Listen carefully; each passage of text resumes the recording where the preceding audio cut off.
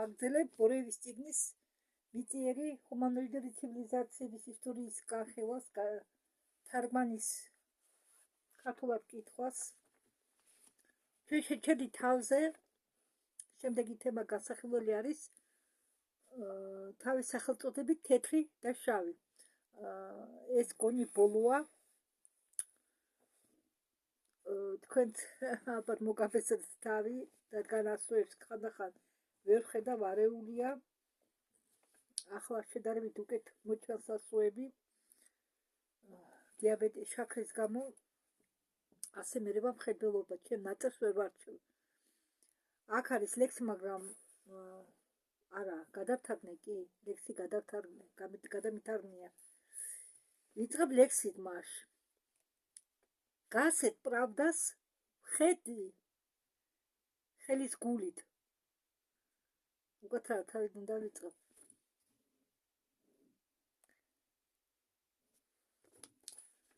გასეთ პრავდას ვხევდი ხელის გულით.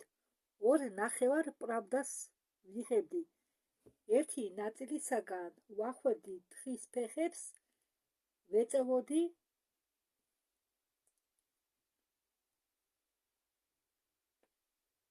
ვყმოდი და ვსწავლობდი.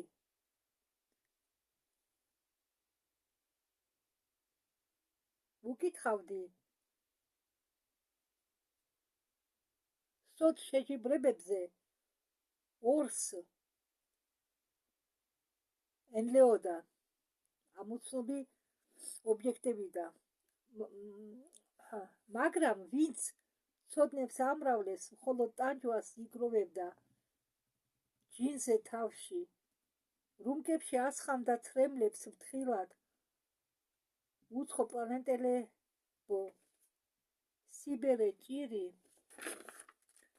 არ არის უკბილო პირთან შეგუება შეიძლება, მაგრამ უენოპილს ვერ შეგუები ვერასდროს. მაპატიეთ ცოტა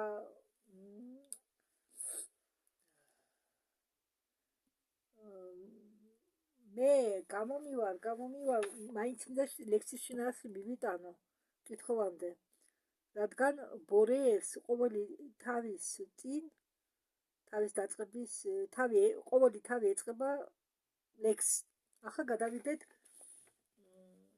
ტექსტზე. ქრესომატიური უცხო პლანეტელები არიან ჰუმანოიდები დიდი შავი თვალებით,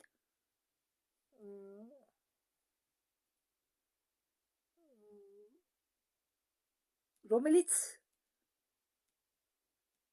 მოგახსენებენ მწერების თვალებს. უტუჩო პირი, როგორც დამწვარი ასანთი,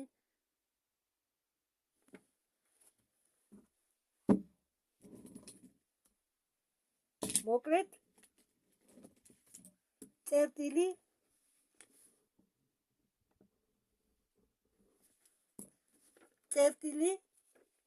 მძიმე.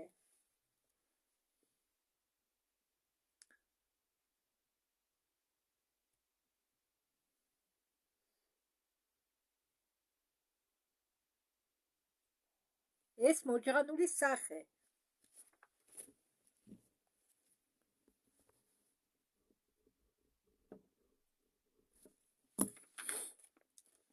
მათი დამახასიათებელი ნაკვეთები შემდეგია: სიმაღლე სანტიმეტრი 80-დან 150-მდე, მეტრი არა, სანტიმეტრი 80-დან 150-მდე, მოთეთრო ან ფერფლის რუხი ფერის კანი.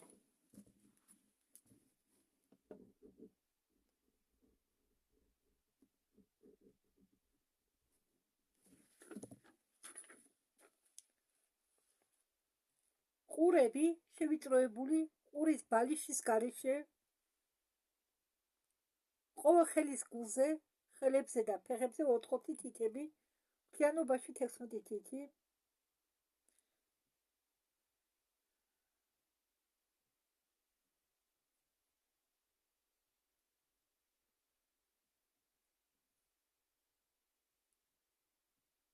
მასეთი გარეგნობით უცხოპლანეტელები ყველა დროში ხვდებოდა.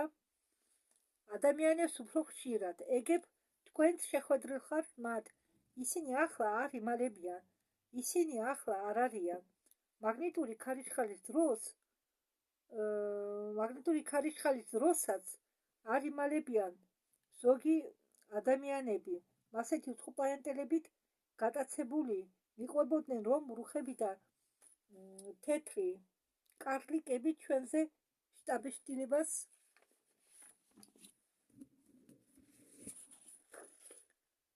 ტოვებენ კეთილი და რბილი ჰუმანოიდებისა. ამ უცხოპლანეტელებს არ აქვთ თმები სხეულზე და სულში.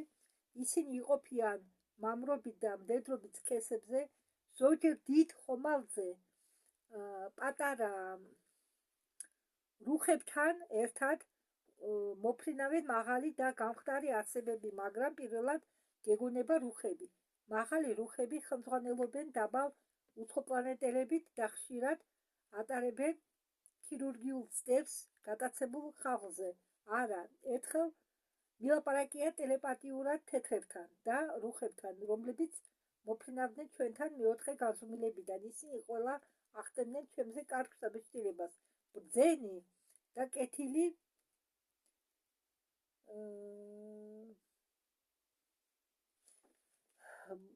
კეთილად განწყობილი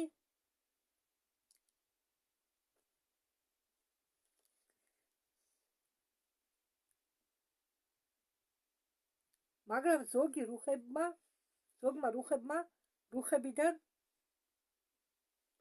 გამაფრთხილეს მე, რომ მალე მოხდება მოსვლა ცეცხლოვანი მთვარისა ცაზე.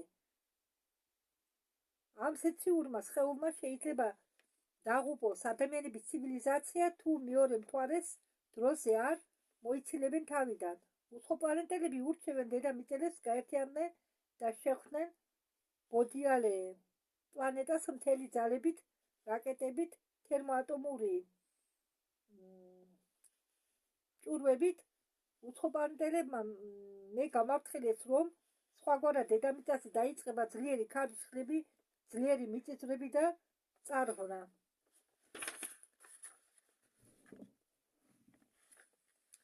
მე რასაკვირველია მათ არ დაუჯერე, რადგან თვითონ მიყვარს ძლიერ ხუმრობა. უცხოპლანეტელები, რომლებიც დაფრინავენ რკინის ხომალდეებით, ჩათმული არიან უნიფორმაში განსხვავებული ნიშნებით კერძზე. რიგით უცხოპლანეტელებს აქვთ ნიშანი სამკუთხედი ფორმის, ხელმძღვანელობას კი მრგვალი ფერის ნიშანი აქვთ, როგორც საიუბილეო მონეტის. შემდეგი თემა ჰიბრიდები. ჩვენი აქ ერთკუპლიტიანი ლექსია. ჩვენი საქმე უბადოა, იქ ურუსტობა, აქ სიცარიელე, სრულყოფილებას არა აქვს საზღვარი, სიცოცხლეს კი აქვს საზღვარი. მეორე ადგილას კონტაქტების სიხშირეებით დამსახურებულ ხალხთან დგან არიან უცხოპლანეტელები ჰიბრიდები. ჰიბრიდები ეს არიან ჰუმანოიდების ნარევი დედამიწელისა და ჰუმანოიდისა სხვა პლანეტიდან. ისინი ძალიან მგავლარიან ხასიათებით და კაპრიზებით. მათი კანის ფერი შეიძლება იყოს ნებისმიერი თეთრიდან ლურჯამდე, ბრონზის ფერიდან წითელფერამდე. სიმაღლე მათი თხელი სხეულებისა ვარირებს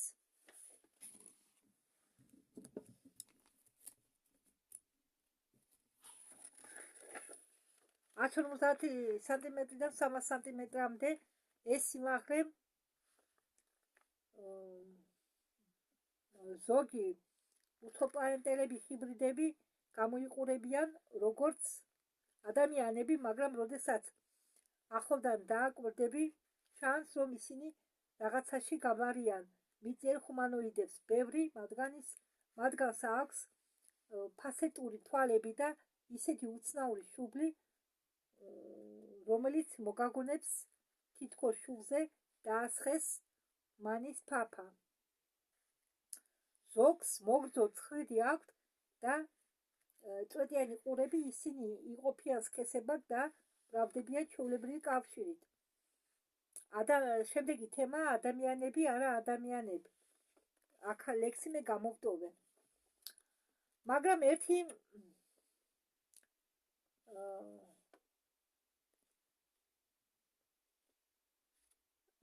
მეოთხედი ყველა უცხოპლანეტელებისა, რომლებიც სტუმრობენ ჩვენ დედამიწას, ეს არიან 100%-იანი ადამიანები, ყველანაირი გენეტიკური და ეტიპური ნარევების გარეშე ისინი გამოიყურებიან ისევე როგორც ჩვენ და თქვენ, მხოლოდ უფრო მაღლები, ტანადები და ლამაზები და ღვთაებრივები არიან. ეს უცხოპლანეტელები ყველა დროში შედიოდნენ ინტიმურ კავშირში მიწიერ ხალხთან, ამიტომ მათი ნიჭიერი შვილები მასზე გამარიან დედამიწელებს. ბავშვები ცხოვრობენ ან ორბიტალურ სადგურებზე,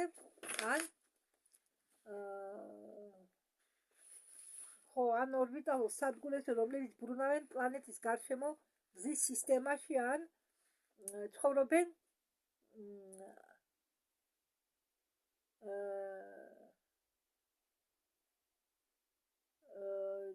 დედამიწაზე და წვალობენ კაცობრიობის ერებში და ახდენენ დედამიწელებისთვის გენიალურ აღმოჩენებს. საერთო დამახასიათებელი ხაზი ყველა უცხოპლანეტელისა ამ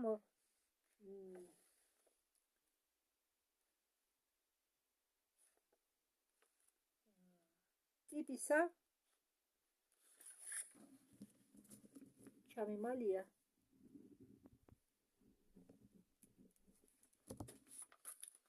არის მაღალი სიმაღლე 180-დან 250 სანტიმეტრამდე. მამაკაცებს აქვთ ღიასფერი თმა,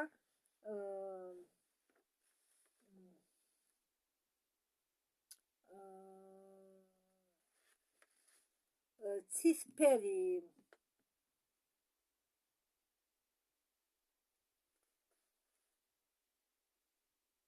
ოდნავ რუჯები, კარგად გაპარსულები,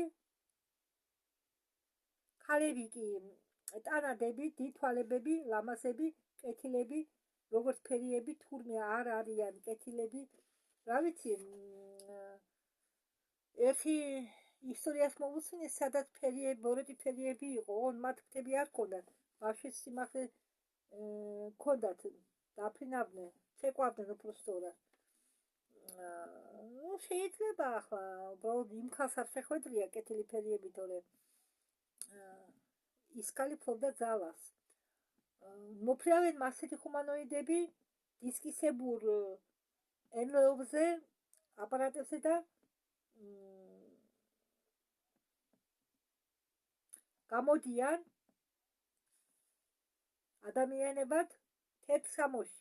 ყველა დროში რელიგიურ წიგნებში არის ნახსენები ეს გიგანტები მოთხრობა ღმერთებზე თეთრ სამოში ყოფი,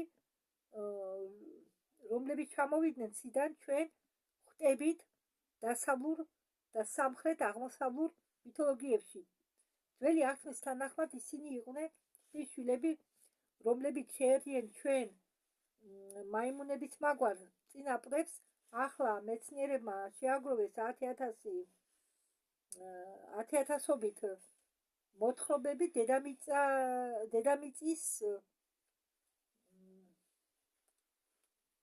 რომლებიც დედამიწელების უბრალოდ ჩვენმა მეცნიერებმა შეაგროვეს 10,000-ობით მოთხრობა დედამიწელების თაობაზე, რომლებიც იყვნენ გატაცებულები ამ უცხოპლანეტელების მიერ საინტერესო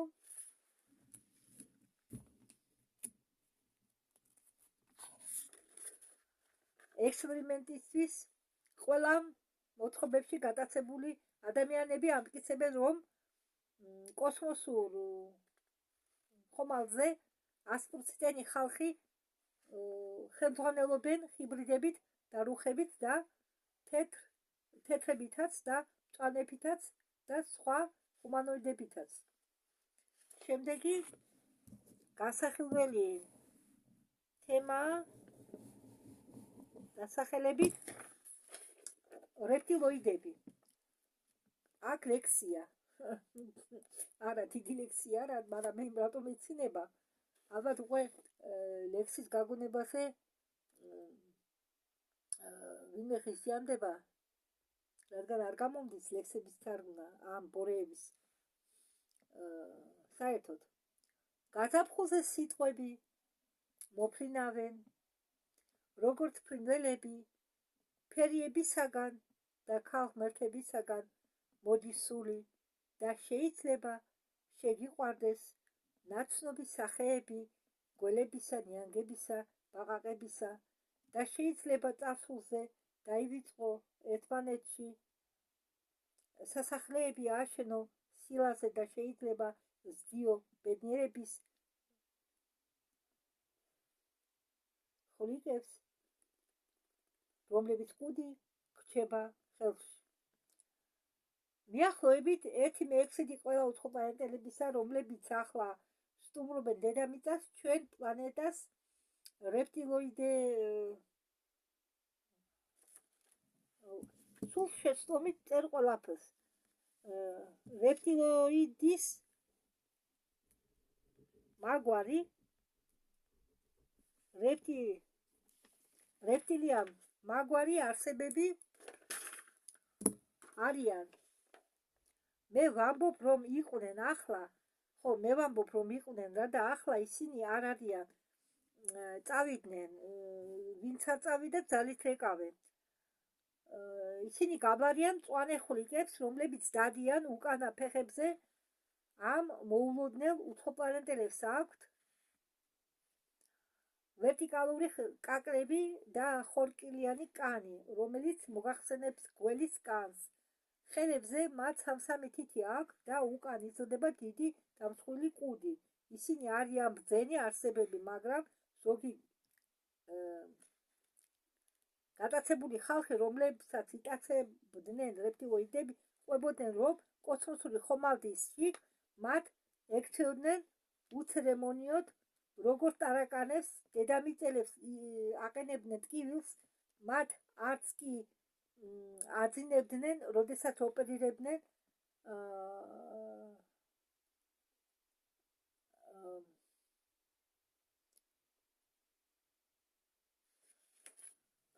რა სიტყვი აქ ხვლიკებიც არიან.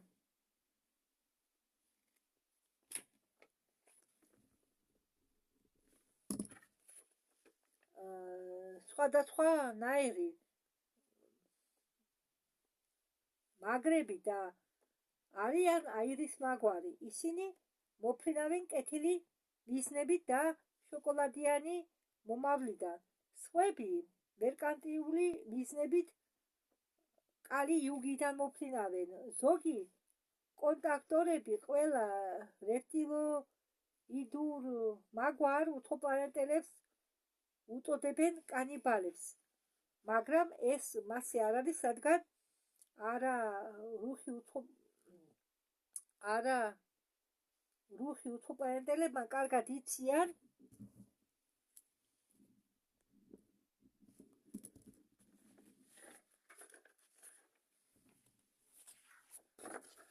კოსმოსური კანონები და კარმის კანონები, მაგრამ ხშირად ხვდებიან დედამიწელებს ჩვენი ძმობილები პლეიადებიდან, ამიტომ მათზე უფრო ბევრი რამ მაქვს სათქმელი. შემდეგი თავი პლეიადინელები. აქაც ლექსია, ცოტა მოდიდო ლექსია. შევეცდები რიმფულად თქვა. ახლა მოხუცი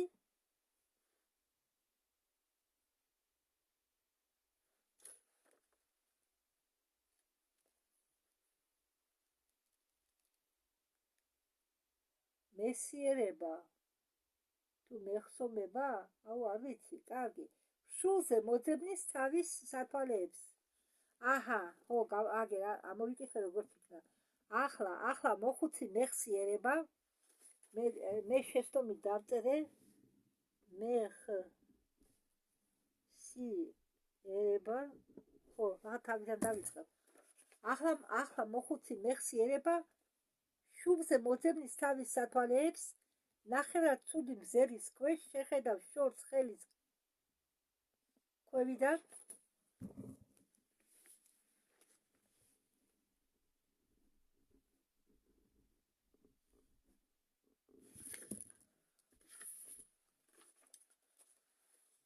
დანახავს ეზოს ჭაობის უკან, სადაც მე ვიზრდები სილურ ჯედან, იქ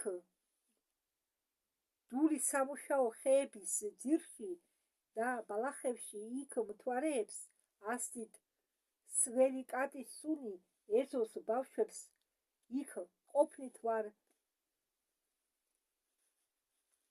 ეზოს ბავშვებს იქ ყოფნით ვარსკვლავები ჩემი გავს კარტოფილს რომელიც ზედმეტად შეიწვა კოცონში და მე მის ქვეშ ვთამაშობ დამალობანას ჩემი ვარსკვლავის ნახვის სულელივით მეშინია კარტოფილს კი გზა არ აქვს ტკბილი ან დათესავენ ან შეჭამენ თუ დათესავენ არ ვიწუწუნებ თუ შეწვავენ ყვირილით გავძღები ჩემ ზურგის უკან ფორტუნა რატომ ჭრის ხალხს თან ტირი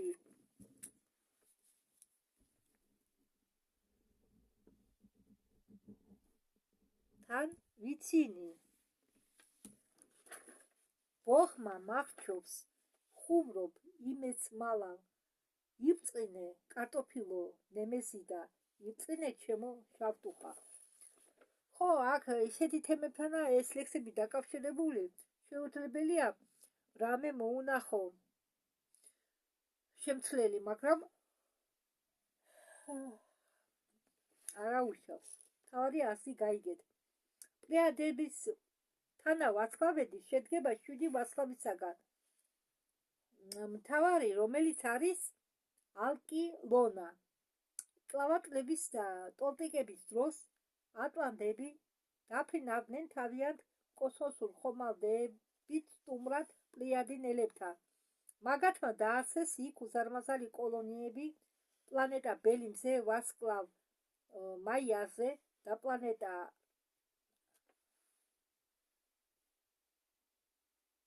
ასუმზე ვარსკვლავი ლისვაზე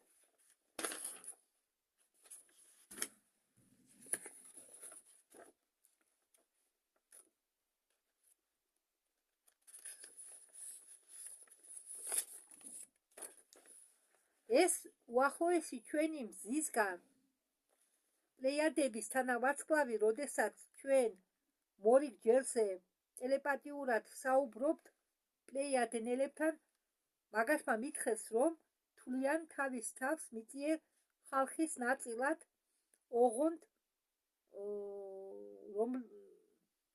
რომლებიც იმყოფებიან შორეულ მომავალში ჩვენი გაუვალი განსხვავება მათთან დევს რეალობის აღქმის საზღვრებში თუ უბრალოდ დედამიწელი ახლა ნახავს პლეიადინელს ადამიანის მესამე ჩაკრა უბრალოდ ვერ გაუშვებს მეხსიერების ბლოკში ინფორმაციას რომელიც მოდის უცხო პლანეტელებიდან პლეიადელები ესწრებიან დედამიწაზე ლემურიის დროიდან ისინი თითქმის არიან ირიანელები რომლებიც ააშენეს დედამიწაზე ქალაქები და ჰუმანოიდური ცივილიზაციების შემდეგ კი გააგრძელეს მოგზაურობა თავიანთ დამაჭულ რაკეტებზე ახალი პლანეტების გასახსნელად აღმოსაჩენად და მათ დასასახლებლად ფიზიკური სხეულები პლეიადელებისა თითქმის არაფრით არ განსხვავდება მიწიერი ადამიანისაგან თუ არა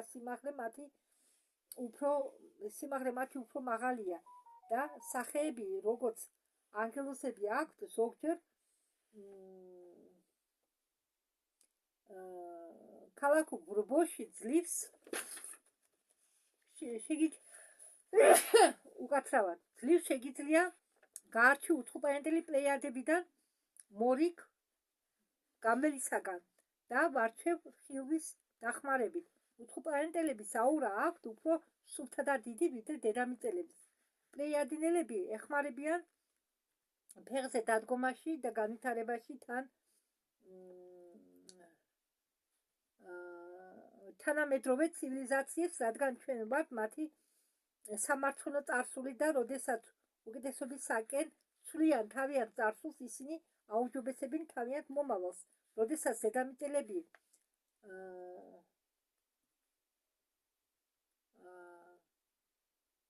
ამჟღავნებენ ბოროტებას, პლეიადენელები სჯიან მაგ ქვეყნებს, ერებს, როგორც დედა სჯის თავიანთ შვილებს. პლეიადენელები წარმოადგენენ ადამიანურ ენერგიის გამოვლენის პლეიადენელები წარმოადგენენ ადამიანური ენერგიის გამოვლენას მიახლოებით 1000-3000 წლის შემდეგ მათ დიდი ხანია დატოვეს ფიზიკური სამყაროები და ცხოვრობენ წვრილ სამყაროებში, წვრილ ეფირულ და ასტრალურ გარსებში, მაგრამ როდესაც ისინი ასქელებენ თავიანთ წვრილ სხეულებს სამუშაოსთვის დედამიწაზე, მაშინ აქვთ მოთხოვნილებები საკვებში, სითბოში, როგორც დედამიწელებს. მდედრობითი ხომალდეები, მდედრობითი არა, მდედრითი, მაჭედესკი კარაბლი, მდედრითი ხომალდეები, მე მდედრობითი და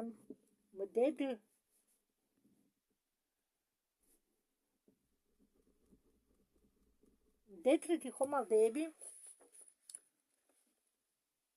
პლეიადენელებისა არ საჭიროებენ ფიზიკურ სამყაროში ფიზიკური სამყაროსი აეროდინამიკის დაცვას. ისინი კურსირებენ სამყაროებს შორის ჰიპერსიბრძეში. ფიზიკურ სხეულის თვალსაზრისით გეჩვენება, რომ ასეთი ხომალდი ქრება და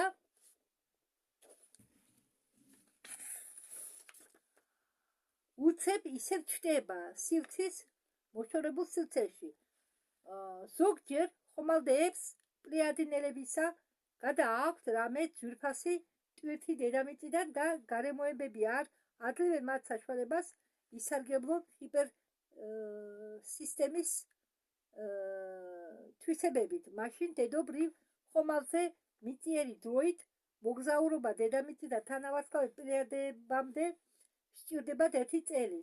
პლეიადენელების პლანეტაზე არის მინერალების კრებული, რომელიც გააქვს დედამიწის მინერალებს, მაგრამ პლეიადის პლანეტებისთვის უფრო ეკონომიურია მოიპოვონ ასეთი ელემენტები, როგორც ცინკი, ფოსფორი, კრემიუმი და სხვა ელემენტები დედამიწაზე, რადგან ახლანდელ დროში ზოგი მეტალები არ წარმოადგენენ ფასეულობას დედამიწელებისთვის. ამიტომ პლეიადენელებს აქვთ საშახტო დამუშავება სამხრეთ ამერიკაში და სამხრეთ აფრიკაში. იქ ისინი ერთდროულად შოულობენ საწვავსაც თავიანთი ფიზიკურ ხომალდეებისთვის საშახტო მოპოვება წარსულიდან ხდება ცარიელი ადგილებში, სადაც ადამიანი არ ცხოვრობს. თუ დედამიწელი მოხვდება მასეთ შახტაში, ის აღმოაჩენს ნამდვილ ხვრელებს დედამიწის ქერქში, ჯერ ქერქში, შემდეგ კი თავში. მე ლექსი მე ადამიანია, არ გადამითარგმნია.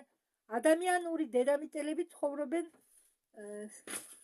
სამყაროში, ახსნილ სამყაროში და არა სამყაროში, რომელშიც ცხოვრობენ. ესე იგი, ნამდვილ სამყაროში არ ცხოვრობენო. ადამიანური დედამიწელები ცხოვრობენ სამყაროში, ახსნილ სამყაროში და არა სამყაროში, რომელშიც ცხოვრობენ. ხო, ესე იგი, ჩვენ ცხოვრობთ ილუზიაში, იმას ნიშნავს, რასაც მე ვამბობდი წინა თავებში. ამით სხვადასხვა კონტაქტების და ინფორმაციის საშუალებით პლეიადენელები ყოველთვის გვარცხილებენ დედამიწელებს გლობალურ დამდე კატაკლიზმებზე. ისინი ამბობენ, რომ დედამიწა გადატვირთულია მოსახლეობით და მძიმე აზრებით, რომ ბუნება დედამიწისა ბრძოლობს კაცობრიობასთან, ახალი ვირუსების დახმარებით, მაღალი ტემპერატურის აწევით, ოკეანებში და ოზონის დაცვითი ფენის დაწევით, შეთხელებით ზედმეტი დაციკლება ყველა დედამიწელებისა სექსუალური სურვილებზე შებრუნდა ზედაპირი ცივილიზაციის წინააღმდეგ ადამიანის ომში ბუნების წინააღმდეგ გაიმარჯვეს წარღვნა, დედამიწელები უახლოვდებიან, დედამიწას უახლოვდება ნემესი და ამბობენ ჩვენი კოსმოსური ძმები ის დაეხმარება ავადმყოფ პლანეტას გაიწმინდოს ცუდი და ძალიან ცუდი ადამიანებისაგან 2012 წელს როგორც გორეებმა თქვა აპოკალიფსი უნდა მოხდარიყო 2012 წელს, მაგრამ არ იყოთ რესურსი მგონი თუ ენერგია ხო არ იყოთ ენერგია რომ გადასულიყვნენ. მაშინ ვერ მოხდა მეორე ცდელობა იყო 2012 წელს გადასვლის, მაგრამ ვერ მოხდა ეს გადასვლა, რადგან ენერგია არ იყო. პირველ შემთხვევაში რესურსები არ იყო. ახლა არის ორივე, რესურსიც და ენერგიაც. 1932 წელს ჩვენ ერში პლეადინელებმა აიყვანეს თავიანთი ბორცე ედგარ კეისი მოხდა ისე რომ ერთ-ერთი თავის გაცნობიერებულ გამოსვლის დროს სხეულიდან ის აღმოჩნდება მათ ხომალდზე რომლებაც იცოდნენ გადაადგილება დროში და სივრცეში მაგათმა გაასიირნეს ის თავიანთ აპარატზე მომავალ დედამიწის სივრცეში 2013 წელს პლანეტას სიმაღლიდან 2013 წელს პლანეტარული სიმაღლიდან კეისიმ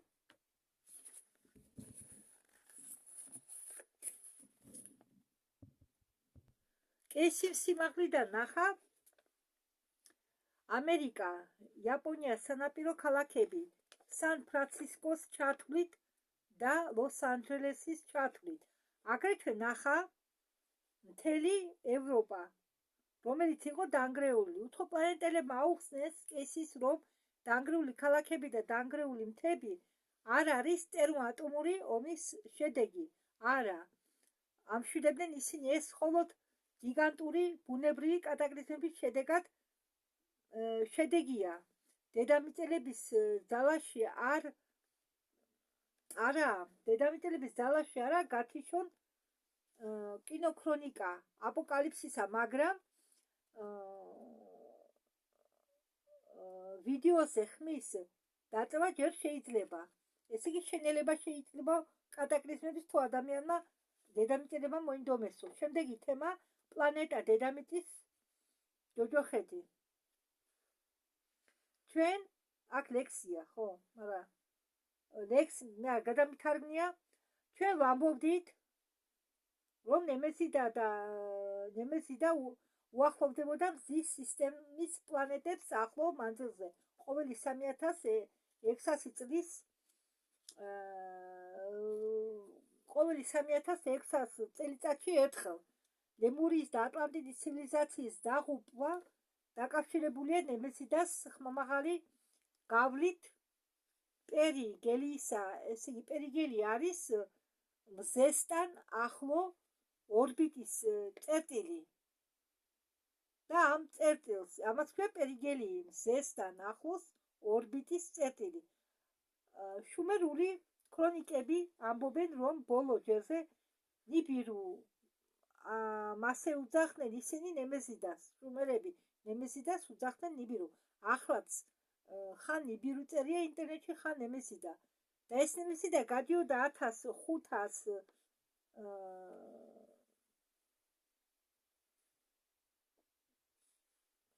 წელს ჩვენ ერამდე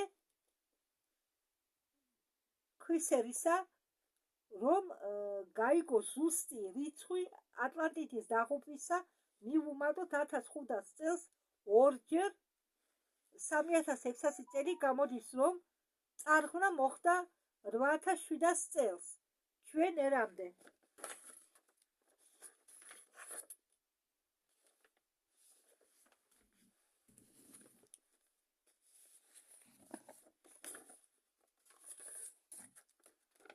რომ გავიგოთ ახლანდელი არმაგედონის რიცხვი 1500 წელს ჩვენ ერამდე უნდა მივუმატოთ 3600 წელი ეს სადღაც 2100 წელი გამოდის ჩვენი ერისა, მას ყველა უცხოპლანეტელები ერთდროულად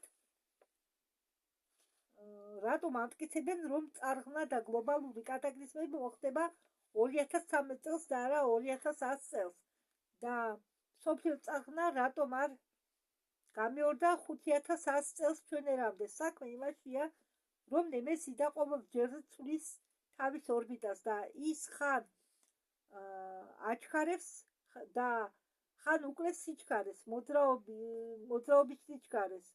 უნდა შენელდება, უნდა აჩქარდება. ხან მარცხნივ გადის, ხან მარჯვნივ. პერიოდულად, როდესაც გადიოდა პერიგეილიას ბოდიალე ვარსკვლავისა, პლანეტა დედამიწა და ნემესიდა იმყოფებოდა სხვადასხვა მხარეებზე მზისგან. ამიტომ დედამიწა განიცდის ყველაზე საშინელ ყევებს. მხოლოდ ყოველი 21,600 წელს. ესე იგი, 1/6-დან პერიოდებიდან ნემესიდის პერიგელიის გასვლა აღმოჩნდება სასიკვდილო მთელი სიცოცხლის დედამიწაზე. დანარჩენი 5 პერიგელიებს პლანეტისთვის მოაქვს წარღვნებიც და ამორქვევებიც, მაგრამ ისინი იმდენად დამანგრეველი არ არის, როგორც მეექვსე. არც ისე რთული გამოთვლები გვაჩვენებენ, რომ ამ ჯერზე ნემესიდამ უნდა მოახდინოს გაფრენა ჩვენგან გაჭიმული ცხვრის მანძილზე. ესე იგი, ეს უდრის ორ სიგრძეს დედამიწიდან მთვარემდე. გამოდის, რომ ყუზიანი ოკეანე გაიბერება 3 კილომეტრიანი მთით და მოქცევები მოიმატებს 13 ჯერ 200 მეტრიანი ტალღები ხმაური დაეტაკება ამერიკას და ევროპას, დაიტბორება ესპანეთი და ჰოლანდია, ბელგია და ინგლისი, საფრანგეთის ნახევარი, გერმანიის ნახევარი და ასე შემდეგ მთელი ევროპა ურალის მთებამდე თავზე იგებებს მოქცევის ტალღების ძალას. წარღვნის შემდეგ დაიწყება შეუწყვეტელი ამოფრქვევა ლავისა დედამიწაზე. დედამიწა დაინგრევა სწორ ადგილას და ჩავარდება მაგმაში.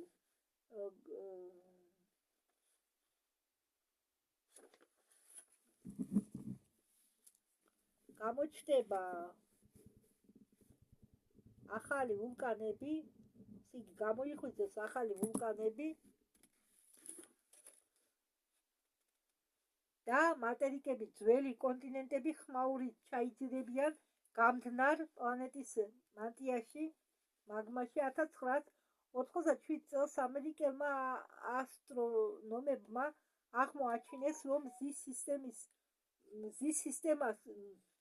ესე იგი 1997 წელს ამერიკელმა ასტრონომებმა აღმოაჩინეს, რომ მზის სისტემას უახლოვდება ამოუცნობი კოსმოსური სხეული 1000 ჯერ მეტი, ვიდრე დედამიწის მასა და თქვენ ალბათ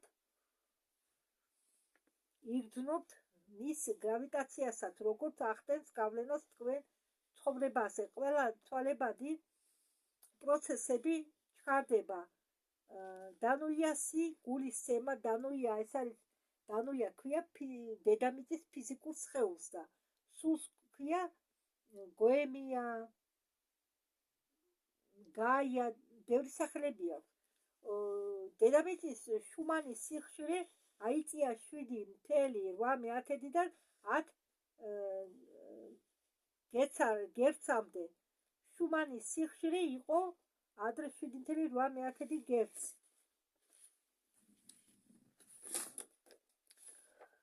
ასობით წლებით ის იყო იმდენად სტაბილური, რომ მიწიერი სამხედრო მეცნიერები და არამიწიერი არა სამხედრო კოსმონავტები აწყობდნენ მათზე თავიანთ ხელსაწყოებს. მაგრამ ბოლო წლებში დედამიწის სიხშირე აიწია 10 გერცამდე. შუმანის სიხშირეს აწევასთან ერთად უნდა მიიყვანოს თავისი სიხშირე ყოველმა უჯრედმა თქვენი სხეულისა. როდესაც ეს სიხშირე მიაღწევს 13 გერცამდე, მოხდება პოლუსების გადაადგილება და დედამიწის ეკვადორის ადგილის შენაცვლება. შემდეგი თემა ხომალდი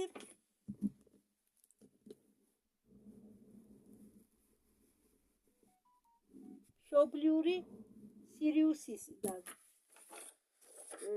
ხომალდი მშობლიური სირიუსიდან.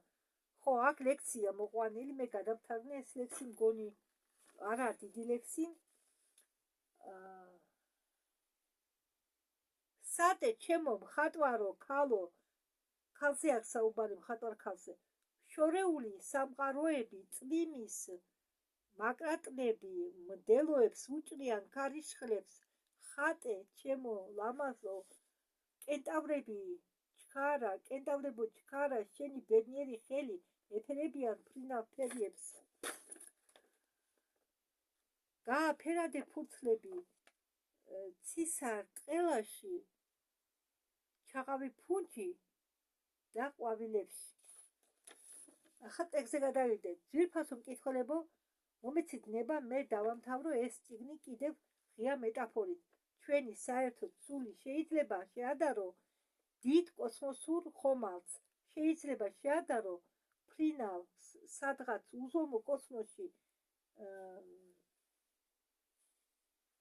ქალაქს, რომლის მოსახლეობა 13 მილიონი ადამიანია და მოდიან წარმოვიდგინოთ, რომ ასეთი კოსმოსი ხომალდი ახლა მოუახლოვდა დედამიწის ფრინავ ქალაქს, მაცხოვრებლები არიან ზღვის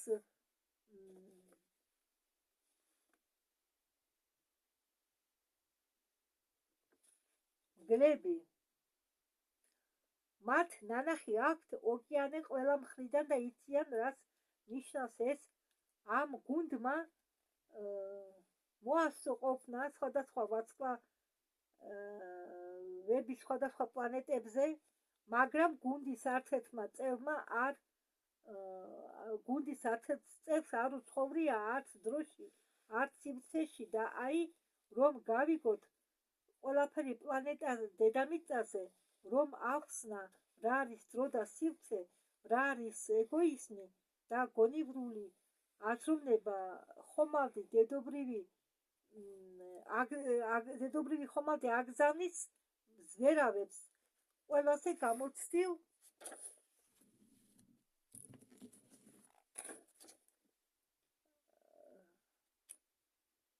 შატლი კოსმონავტებით მოფრინავს ფერებს შორის.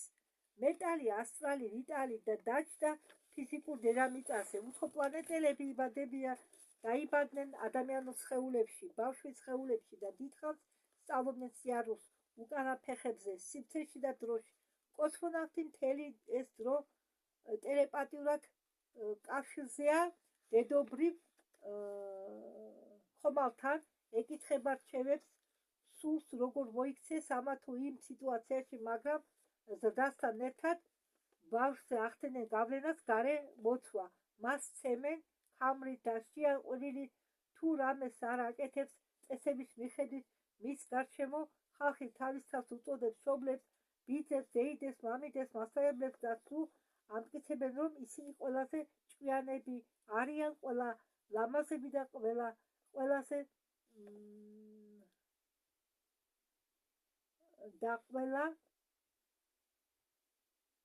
სამყაროში. კოსმონავტი ყავთ ზომბირებული დღისით და ღამით, სულელური წესებით, მაგრამ ეუბნებიან, რომ ადამიანს არ შეუძლია ფრენა ცაში, ან არ შეუძლია სიცოცხლე ხარის გარეშე მზებზე. ჯაშუშს სულ უფრო იზიდავს ეს სასაცილო თამაში სულელი ადამიანებისა, მათი რწმენა იმაში, რომ ისინი მოკვდავები არიან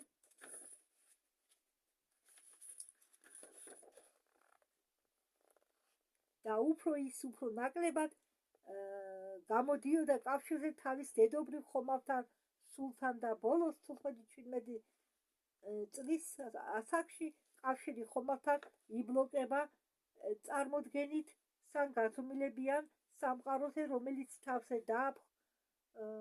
დაახვიეს კოსმონავტს უფროსებმა, ის ივიწყებს ვინ არის, საიდან მოვიდა, ამ პლანეტაზე როგორ აღმოჩნდა, საით მიდის, მხოლოდ ფიზიკური სხეულის სიკვდილის შემდეგ, მხოლოდ პირველი 2 წამით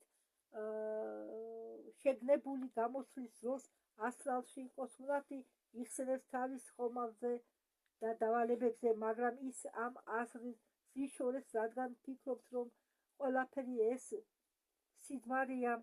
შემდეგ ის ახალი ძალებით იძინება თავის თამაში სახელად ცხოვრება დედამიწაზე, მხოლოდ ახლა მას აქვს ასტრალური სათამაშო. შემდეგ ხვდება ასტრალშიც.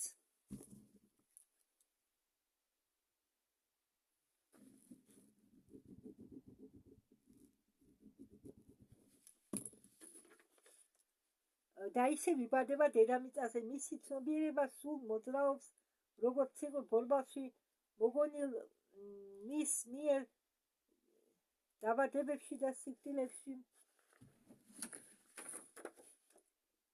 კოსმოსური ხომალდი ნერვიულობს დაკარგულ სულს და აგზავნის ახალ მძვერავებს, მაგრამ ისინიც იკარგებიან საიდუმლო პლანეტაზე 2000-ზე მეტი დაკარგული შატლების შემდეგ მძვერავებთან ერთად ხომალდზე გადაწყვეტეს მშველელთა დიდი რაზმი დედამიწაზე გაიგზავნათ. უცებ 154 ბავშვი ერთი სულით იბადებიან პლანეტაზე. ერთდროულად მათ არ სჯერათ მიწიერი დედების, მასწავლებლებისა, ზედამხედველების, არც სკოლის მასწავლებლების და არც თანატოლების, რომლებიც ესაუბრებიან ნიუტონის და დარვინის შესახებ, ზღაპრებს, მეცნიერებაზე და დედამიწის ისტორიაზე. ბავშვები სულ ტელეპათიურ კავშირში არიან მდედრობით ხომალდთან. ისინი პირიქით ასწავლიან დედამიწელებს სამყაროს წყობას. ახალგაზრდა ჯაშუშები ერთმანეთში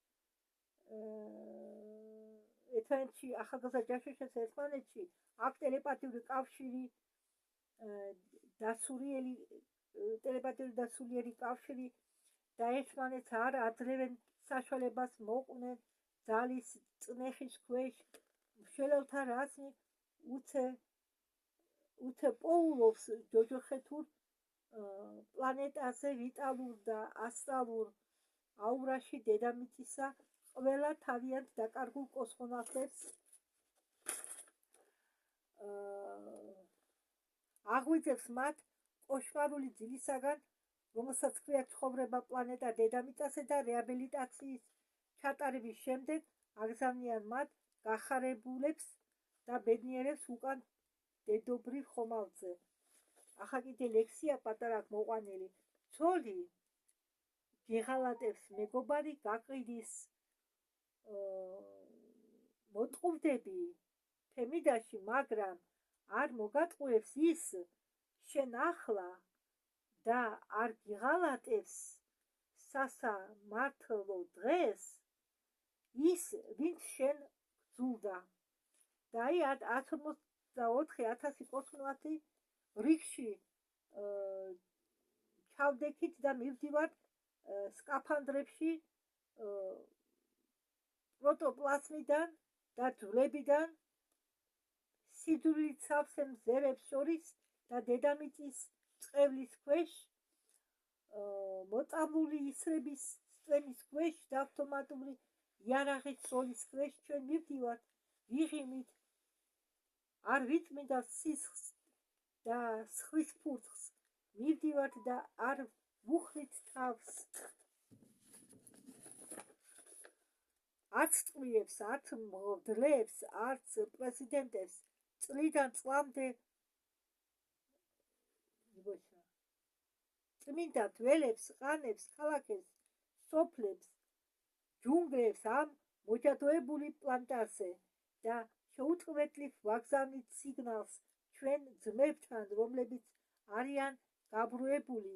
მე სირიუსი, დედამიწა, როგორ გესმით? დედამიწა მიპასუხე, მე სირიუსი, მიღება. და არის პატარა ლექსი ბოლოს. ჩემი დაწერილი წიგნი შენ გაგძერწავს და წაიკითხავს და მე გავხდები შენ წუთით, როდესაც დახურავ წიგნს და შეიხედავ სინანულის გარეშე შენ ჩემ სარკისებულ წლებში, სადაც ჩვენ ვხდებოდით წამით და არ ვფიქრობდით რომ მუდამ და მრავალი წერტილი და ამით დამთავრდა ჩვენი ამ წიგნის მიწიერი ჰუმანოიდური ცივილიზაციების ისტორიის განხილვა. ბორიეს აქვს კიდე ბევრი წიგნები, მე გეგმაში მაქვს ის წიგნებიც გადავთარგმნო. ჩემოკარგებო, მე იმიტომ მიჭეს წაკითხვა გითხარით, რომ ხედელობა სუსტი მაქვს. შემასწორებს ვერ კითხულობ, ხანდახან მაღალი რომ აქვს შაქარი ვერ ვარჩევ ერთმანეთში და მიწეს ახლოს მიტანა. და ისე პირდაპირ გადათარგმნა წიგნისა შეუძლებელია მე კოსპეტიც მინდა შევინახო. ეგრე ტელეფონში დამეკარგოს რამე, მე რუსულათაც მაქვს ეს კონსპექტი გაკეთებული და ქართული აგერ ფურცელზე მაქვს დაწერილი და ქვეყანა ფურცელია და რვეული გამომივიდა 2 თუ 3.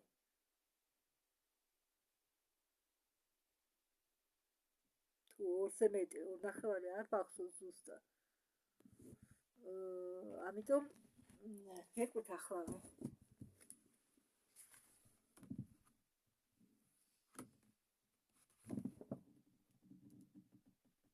ხო, 2 რვეული, საწავი ისრული მე. 2 რვეულ ნახევარი. და გაჩვენებთ ახლა 400-399 ფურცელი. ეხლა გაჩვენებთ მე რამხელა ასოებით წერ. თვითუთი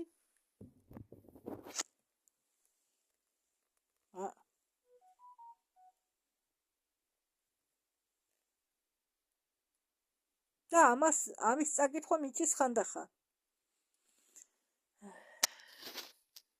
კარგით, ამით გემშვიდობებით ამ თემასთან დაკავშირებით. კარგად დანდებოდე და მომავალ შეხვედრამდე.